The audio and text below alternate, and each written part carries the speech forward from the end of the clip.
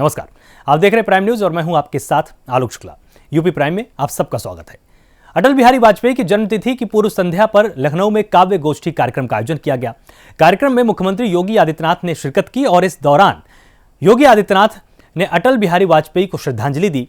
योगी ने कहा कि अटल जी का सपना था कि कश्मीर से धारा 370 को खत्म किया जाए, जिसको मोदी जी ने पूरा कर दिया है।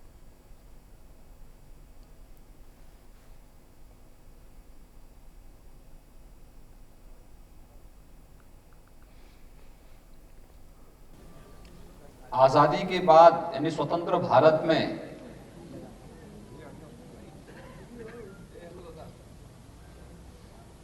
उन्नीस में उन्होंने अपने सार्वजनिक जीवन में राजनीतिक क्षेत्र में कदम रखा और 2006 तक सक्रिय रूप से भारतीय राजनीति को पूरी तरह प्रभावित किया।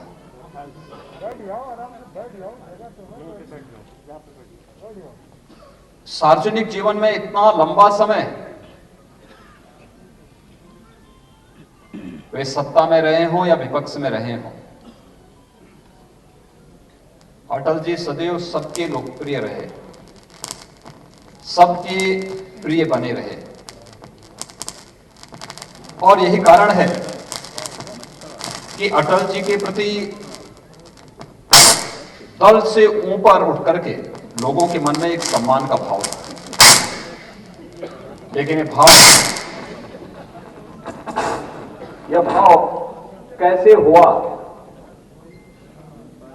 ये स्वयं भी उनके सार्वजनिक जीवन के इतने लंबे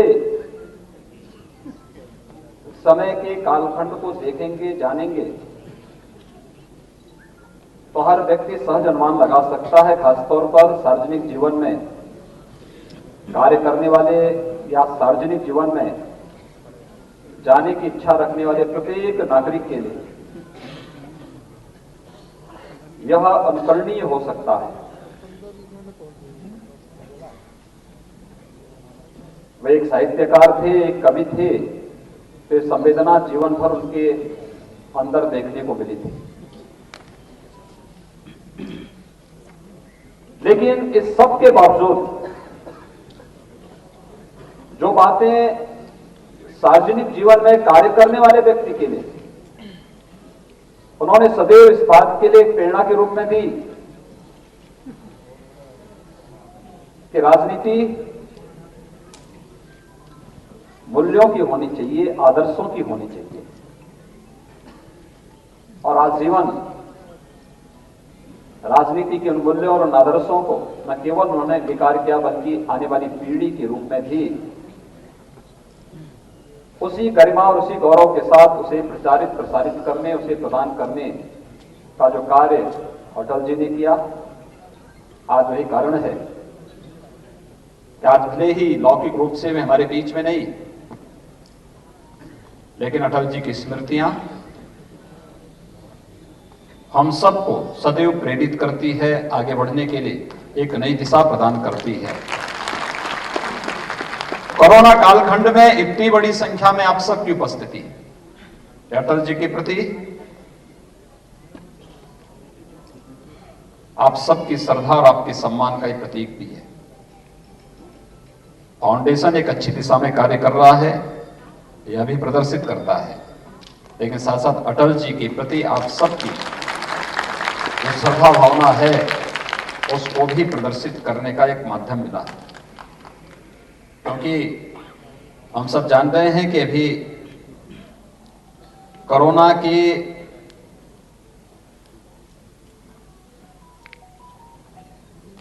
इस संक्रमण से न दुनिया भर में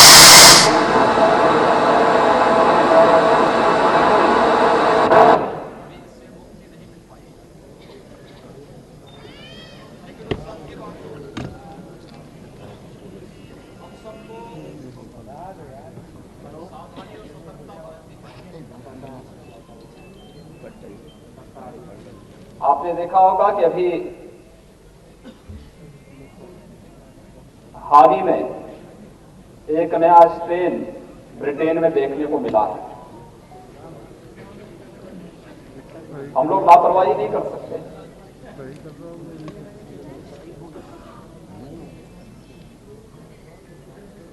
क्योंकि जहां कहीं भी थोड़ी भी लापरवाही होगी वह घातक भी हो सकता है, खतरनाक भी हो सकता है। और उसके प्रति भी सतर्क बनाए रहते हुए अगर हम लोग अपने सभी कार्यक्रमों को संपन्न करेंगे तो हम कोरोना के खिलाफ भी जीतेंगे, अपने सदैव उन महापुरुषों के प्रति सम्मान का भाव भी व्यक्त कर पाएंगे और साथ ही साथ इस देश की इस लड़ाई में जो बहुत मजबूती के साथ देश और दुनिया के सामने एक संदेश वर्तमान में प्रधानमंत्री मोदी जी के नेतृत्व में भारत देने में सफल हुआ है, वह हम सभी लोग पूरे भारतवासी उसको देने में सफल होंगे। अटल जी की कविताओं को आप थोड़ा कहीं भी देखेंगे, भारत की राष्ट्रीयता के प्रति, भारत की राजनीति के प्रति, सार्वजनिक जीवन के प्रति, जीवन मूल्यों के प्रति या राष्ट्रवाद के प्रति जो उनके अंदर भाव हैं, जो भावनाएं हैं, आज वे सभी साकार होते हुए दिखाई देते हैं। याद करिए 1952 में जब कश्मीर में धारा 370 लगी थी, 1953 में जब डॉक्टर श्यामा प्रसाद मुखर्जी को कश्मीर के लिए, भारत की एकता और अखंडता के लिए अपना बलिदान देना पड़ा था, तब डॉक्टर मुखर्जी जी के साथ में एक सहयोगी के रूप में, एक सहायक के रूप में कोई था तो सर्वदेव अटल बिहारी वाजपेयी जी थे। और जिस दिन कश्मीर में धारा 370 समाप्त हुई, अटल जी की आत्मा को सर्वाधिक शांति मिली होगी कि उनका एक संकल्प पूरा हुआ। एक संकल्प दशकों बाद जिन लोगों ने अपने क्षुद्र राजनीतिक स्वार्थों के लिए देश के अंदर एक ऐसा कांटा चुभाने का प्रयास किया था कि जो सदैव दंश देता रहे भारत की राष्ट्रीयता को, भारत की सुरक्षा को, उस समस्या का समाधान प्रधानमंत्री मोदी जी ने देश के अंदर दिए गए संकल्प और उस आश्वासन के रूप करके दिखाया। वहीं उत्तर प्रदेश में इस बार पंचायत चुनाव की तैयारी में यूपी की योगी सरकार पूरी तरह से जुटी हुई है। यूपी के पंचायती राज मंत्री भूपेंद्र सिंह ने बताया कि कई प्रदेशों में पंचायत चुनाव में चुनाव लड़ने वाले प्रत्याशियों की शैक्षिक योग्यता और 2 बच्चों की बाध्यता वाला नियम लागू है। उत्तर प्रदेश के मुख्यमंत्री योगी आदित्यनाथ के संज्ञान में भी यह मामला है, लेकिन यूपी सरकार ने अभी इस पर कोई निर्णय नहीं लिया है और ना ही अभी इस पर कोई चर्चा हुई है, लेकिन यह सब मुख्यमंत्री के संज्ञान में है और उन्हें इस पर निर्णय लेना है।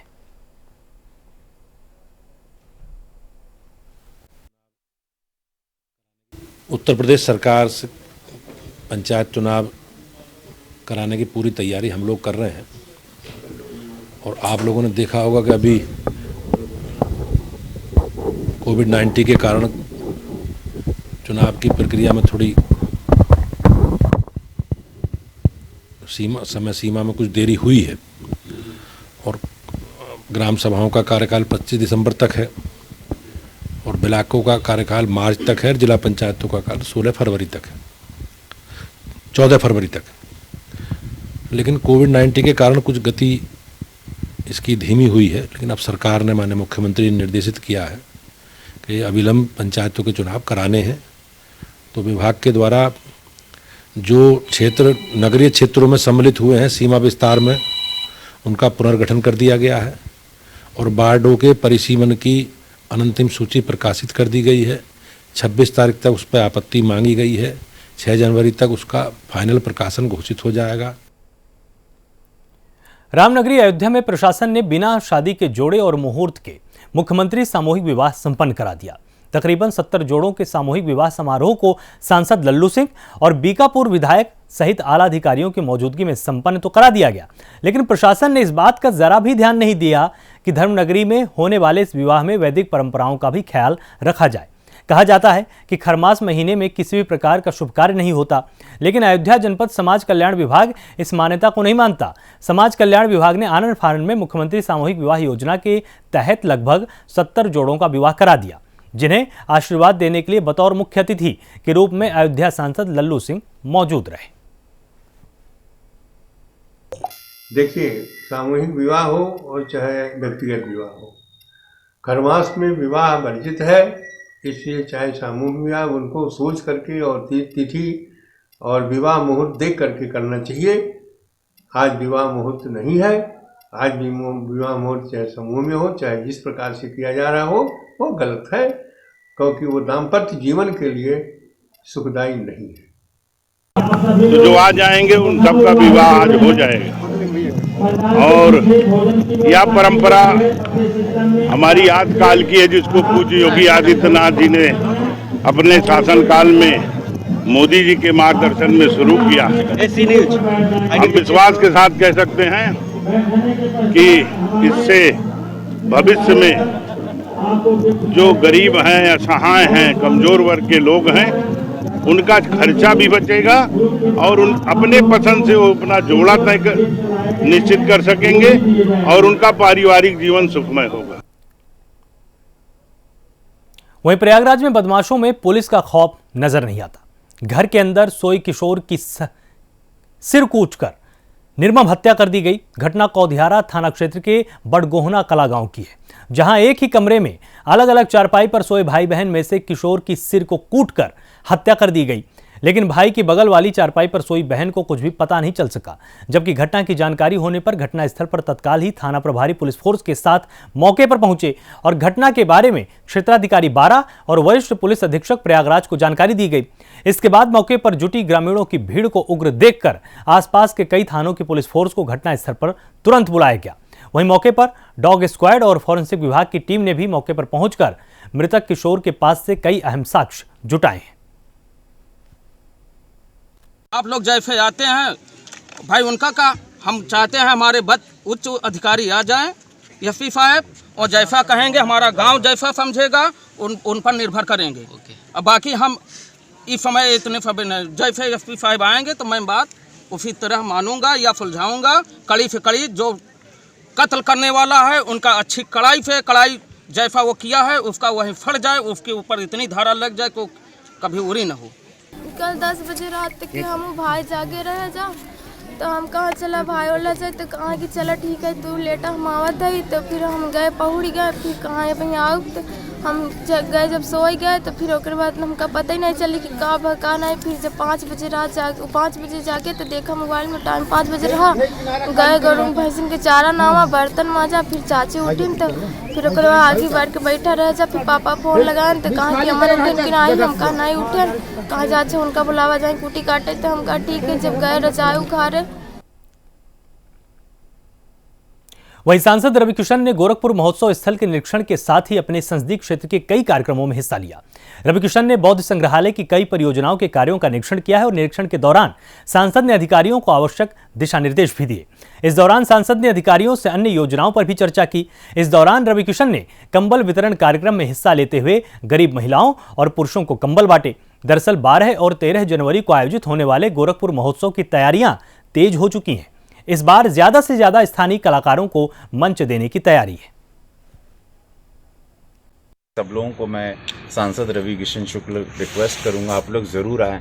आपको ऐसी ऐतिहासिक चीजें यहाँ पे मिलेंगी, मतलब कि आपको गर्व होगा कि हमारे पूर्वज राजा जो थे या हमारे पूर्वज जो हमारी पीढ़ी थी वो कैसे सोचते थे, कैसे सिक्के बनाते थे, कैसे मूर्तियों की कलाकारी होती थी।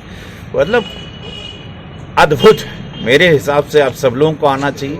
इसको देख के आज इतना अच्छा लग रहा है, राजकीय बौद्ध संग्रहालय इसको देख के हमको लग रहा है कि इसको अभी इन्होंने प्रपोजल भी दिया है कि इसको एक सुंदर भव्य बनाया जाए। इसको तोड़कर इसको जैसे लंदन में, ब्रिटेन में होता है कि एक संग्रहालय भी रहे, उसके साथ में ओपन थिएटर भी रहे, कैफेटेरिया भी रहे, लोग आए यहाँ समय लें, यहाँ पुस्तकालय भी हो। वहीं बिजनौर जनपद के मोहित पेपर मिल में क्लोरीन गैस का रिसाव कर मॉक ड्रिल कराया गया। क्लोरीन गैस के रिसाव के दौरान सुरक्षा टीम ने सुरक्षा किट पहनकर क्लोरीन गैस का रिसाव नियंत्रित कर दिया। इस दौरान मिल के अधिकारी और कर्मचारियों ने मॉक ड्रिल को सफल बनाया। इस मौके पर सेफ्टी ऑफिसर संजय कुमार, मिल इंचार्ज ददन सिंह मौजूद रहे और मॉक ड्रिल के दौरान कर्मचारियों को सुरक्षा के तमाम गुण सिखाए गए।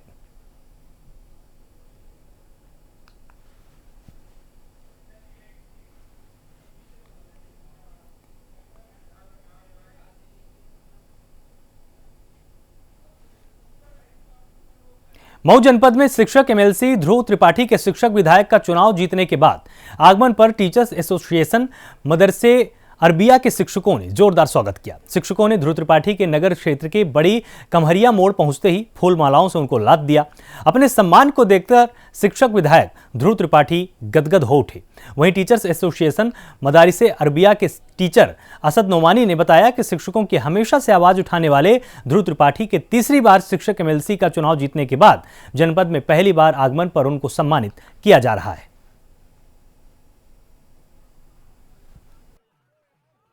शिक्षक दल ने तीसरी बार विधान परिषद का चुनाव जीता है और इससे लोकप्रियता का अंदाज लगता है कि श्री ध्रुव कुमार त्रिपाठी कितने लोकप्रिय हैं और सरकार की सारी मशीनरी के बावजूद भी हम जीते। शर्मा गुट से एकमात्र जीतने वाले श्री ध्रुव कुमार त्रिपाठी जी हैं, तो उनके सम्मान में आज ये कार्यक्रम है उनके इस्तकबाल का। वहीं उत्तर प्रदेश में कोरोना का संक्रमण अब खत्म होता जा रहा है। कोरोना के मामलों में लगातार गिरावट दर्ज की जा रही है। कोरोना को लेकर यूपी सरकार ने प्रेस कॉन्फ्रेंस की है। क्या कुछ कहा गया है, आप भी देखिए। प्रदेश में कोरोना के संक्रमण में कमी आ रही है और ये संख्या धीरे धीरे घट रही है, परंतु सबसे अधिक आवश्यकता है इस समय सावधान रहने की, सावधानियां बरतने की। लगातार मास्क का उपयोग करते रहिए, हाथ धोते रहिए और सामाजिक दूरी बनाकर रखिए। भीड़ भाड़ के क्षेत्रों में कम जाइए। आवश्यकता के हिसाब से जाना भी पड़े तो दूरी बनाकर रखिए। ये सभी अगर सावधानियां बरतते रहेंगे तो निश्चित रूप से कोरोना को समाप्त करने में मदद मिलेगी। प्रदेश में कोरोना का संक्रमण घटने से कंटेनमेंट जोन्स और हॉटस्पॉट्स में कमी आई है। अब वर्तमान में प्रदेश में 6000 कंटेनमेंट जोन्स हैं। कोरोना में कमी आने से का एक इम्पॉर्टेंट काम किया है उत्तर प्रदेश सरकार ने, वो ये कि देश में सबसे अधिक कोरोना के टेस्ट हुए हैं। जैसा अभी उन्होंने बताया 2,29,00,000 टेस्ट अभी तक हो चुके हैं और लगभग 15 करोड़ हमारी जो जनसंख्या है वहाँ तक हमारा स्वास्थ्य विभाग पहुँचा है और संक्रमण के बारे में व्यक्तिगत रूप से उन सबसे जानकारी ली है। इस प्रकार लगभग 24 करोड़ की आबादी में से लगभग 17.5 करोड़ के आबादी तक उत्तर प्रदेश का स्वास्थ्य विभाग पहुँचा है। हमारे जो जिला प्रशासन के लोग पहुँचे हैं और व्यक्तिगत रूप से उनसे उनका हालचाल लिया है, संक्रमण का उनका हाल पूछा है। इसके साथ साथ जो एक इंटीग्रेटेड कंट्रोल और कमांड सेंटर की व्यवस्था की गई उत्तर प्रदेश में, वो एक सराहनीय है। वो एक अलग से वो उदाहरण है, क्योंकि प्रत्येक व्यक्ति जिसका टेस्ट हुआ है उसके बाद से हमारे कॉल सेंटर, माननीय मुख्यमंत्री जी का कॉल सेंटर, ये सब मरीज का अनुश्रवण करते हैं, उससे उसका हालचाल पूछते रहते हैं, ये जानकारी करते रहते हैं कि वो अस्पताल में गया, उसका इलाज ठीक चल रहा है नहीं चल रहा है। इस प्रकार की व्यवस्था कहीं और नहीं है। तो ये सारे जो कदम हैं, इनसे प्रदेश में कोरोना के संक्रमण को कम करने में सहायता मिली है। पूर्व में काफ़ी कम हो गया था। प्रदेश के एक पड़ोसी प्रदेश दिल्ली में अधिक फैलने से फिर से कोरोना का संक्रमण प्रदेश में फैला। अभी वर्तमान में सब लोगों को सावधानी बरतने की आवश्यकता है, क्योंकि अभी जैसा अभी बता रहे थे, ब्रिटेन में कोई नए तरह के कोरोना वायरस की खबर आई है। जो भी लोग ब्रिटेन से आए हैं 9 दिसंबर के बाद उन सभी का कंपलसरी है कोरोना टेस्ट कराना, और जो अन्य यूरोपीय देशों से भी आए हैं उनके लिए भी ये लागू किया जा रहा है, ताकि ऐसे अगर कहीं संक्रमण से कोई विदेश से आए हैं तो उन्हें चिन्हित किया जा सके और उसे आगे फैलने से रोका जा सके। प्रदेश में औद्योगिक गतिविधियां सामान्य चल रही हैं। प्रदेश में रोजगार के अवसर बढ़ाने के लिए मिशन रोजगार चलाया जा रहा है और उसी के अंतर्गत लघु और सूक्ष्म स्तर के जो उद्योग हैं उनमें अधिक से अधिक रोजगार के अवसर पैदा हों, इसका प्रयास किया जा रहा है, क्योंकि ये देखा गया है कि लघु और सूक्ष्म उद्योगों में कम पूंजी की से अधिक रोजगार के अवसर पैदा होते हैं। तो बैंकों से समन्वय करके इन लघु और सूक्ष्म उद्योगों को वित्त पोषण कराया जा रहा है। अभी तक ये वर्तमान वित्तीय वर्ष में 6,80,000 नई MSME इकाइयों को 20,780 करोड़ रुपए के ऋण बैंकों द्वारा वितरित किए गए हैं। 4,584 लोगों ने निःशुल्क टेली कंसल्टेशन किया और घर बैठे ही उन्होंने डॉक्टरों की राय प्राप्त की। अब तक कुल मिलाकर 3,08,716 व्यक्ति ई-संजीवनी पोर्टल पर टेली कंसल्टेशन कर चुके हैं। जहां तक सर्वेलेंस का सवाल है, अब तक 1,77,450 इलाकों में 4,94,482 टीम दिवस के माध्यम से 3,07,50,398 घरों का सर्वेलांस किया जा चुका है और इनमें रहने वालों की संख्या 14,97,20,341 है। सर्वेलांस का कार्य लगातार हम कर रहे हैं और व्यापक स्तर पर कर रहे हैं। जो लोग अभी हाल में यूनाइटेड किंगडम से लौटे हैं, जो 9 दिसंबर से लेकर अभी तक जो आए हों, उनके लिए ये अनिवार्य है कि वे अपनी जांच करवा लें। RT-PCR से उनकी जांच होनी है और जांच के लिए वो मेरा कोविड केंद्र ऐप के माध्यम से नज़दीक के सरकारी केंद्र का पता लगा सकते हैं, जहां जाकर वो निःशुल्क जांच करवा सकते हैं, या फिर वो अपने ज़िले के कोविड कमांड सेंटर या जिला चिकित्सालय या मुख्य चिकित्सा अधिकारी से भी संपर्क कर सकते हैं। लेकिन उनके लिए कोविड की जांच करवाना अनिवार्य है। इसमें आप हमारा सहयोग करिए, क्योंकि यूके में एक नया स्ट्रेन आया है कोरोना वायरस का, जो बहुत तेज़ी से फैलता है और हम नहीं चाहेंगे कि हमारे प्रदेश में जब संक्रमण इतना नियंत्रित हो गया है तो फिर से उसमें किसी प्रकार के संक्रमण के बढ़ने की कोई बात आए। तो इसलिए कृपया करके अपनी जांच करवाइए। अगर जांच में आप पॉजिटिव आते हैं तो आपके लिए व्यवस्था की जाएगी। जहां पर हमारे हॉस्पिटल्स हैं वहां पर एक पृथक वार्ड में, एक अलग वार्ड में जो लोग यूके से आए हैं उनको पृथक वार्ड में रखने की व्यवस्था की जा रही है। और अगर वो संक्रमित निकलते हैं तो जो उनका जो सैंपल लिया जाएगा उस सैंपल की जीन सीक्वेंसिंग भी करवाई जाएगी, ये पता करने के लिए कि उनमें जो सामान्य जो वायरस का स्ट्रेन है वही मौजूद है कि जो नया स्ट्रेन आया है वो मौजूद है। तो इसमें अगर मान लीजिए कि आपका अगर निगेटिव भी आता है, अगर आप यूके से लौटे हैं और आपका निगेटिव भी आता है, तो भी आपको 1 सप्ताह तक अपने घर में होम क्वारंटाइन में रहना है। तो इसका पालन करिए, इसमें हमारा सहयोग करिए। और जो लोग यूके के अलावा, यूनाइटेड किंगडम के अलावा अन्य यूरोपीय देशों से भी आए हों, उनसे भी अनुरोध है कि अगर उनमें कोई लक्षण दिखाई पड़ रहे हो अगर, तो तत्काल अपनी जांच करवा लें। संक्रमण नियंत्रित स्तर पर है, लेकिन संक्रमण समाप्त नहीं हुआ है, संक्रमण जारी है और ऐसे में बहुत आवश्यक है कि हम सावधानी बरतते रहें। जहां भी सार्वजनिक कार्यक्रम हो रहे हों, जहां भी कोई सार्वजनिक स्थल हो, उनसे यथासंभव परहेज करिए। अन्नदाता तकरीबन 1 महीने से सड़कों पर डटा हुआ है। कड़ाके की सर्दी के मौसम में खुले आसमान के नीचे वो रात गुजार रहा है। अन्नदाता की मांग है कि केंद्र सरकार हाल ही में लाए गए कृषि कानूनों को वापस ले और एमएसपी की गारंटी को लेकर कानून बनाए। केंद्र सरकार के खिलाफ किसानों का गुस्सा लगातार बढ़ता जा रहा है। वहीं गाजियाबाद में युवा किसान के सदस्य विजय हिंदुस्तानी ने अपने खून से पत्र लिखकर केंद्र सरकार से कृषि कानूनों को वापस लेने की मांग की है। दरअसल अन्नदाता सरकार को यह एहसास कराना चाहते हैं कि किसान कमजोर नहीं है, किसान अपनी आवाज उठाने के लिए दिल्ली की सड़कों पर बैठा हुआ है। जब तक सरकार किसानों की मांगें नहीं मानती है तब तक दिल्ली से वो वापस नहीं लौटेगा, या फिर यूं कहें कि किसान साफ कर चुका है कि दिल्ली से खाली हाथ वापस नहीं जाएंगे। हमने आज खून से लिखा है, 48 घंटे का अल्टीमेटम सरकार को दिया है, या तो तीनों कृषि कानून वापस ले, वरना 48 घंटे के बाद में किसान आत्महत्या करने के लिए तैयार हो जाएंगे। या तो मोदी सरकार होश में आ जाए, वरना देश का जो अन्नदाता है वो आत्महत्या करने लगेगा। अब तक 40 जवान खो चुका है किसान, अब परिवार अपने, लेकिन सरकार का जू नहीं रहेंगे कतई भी।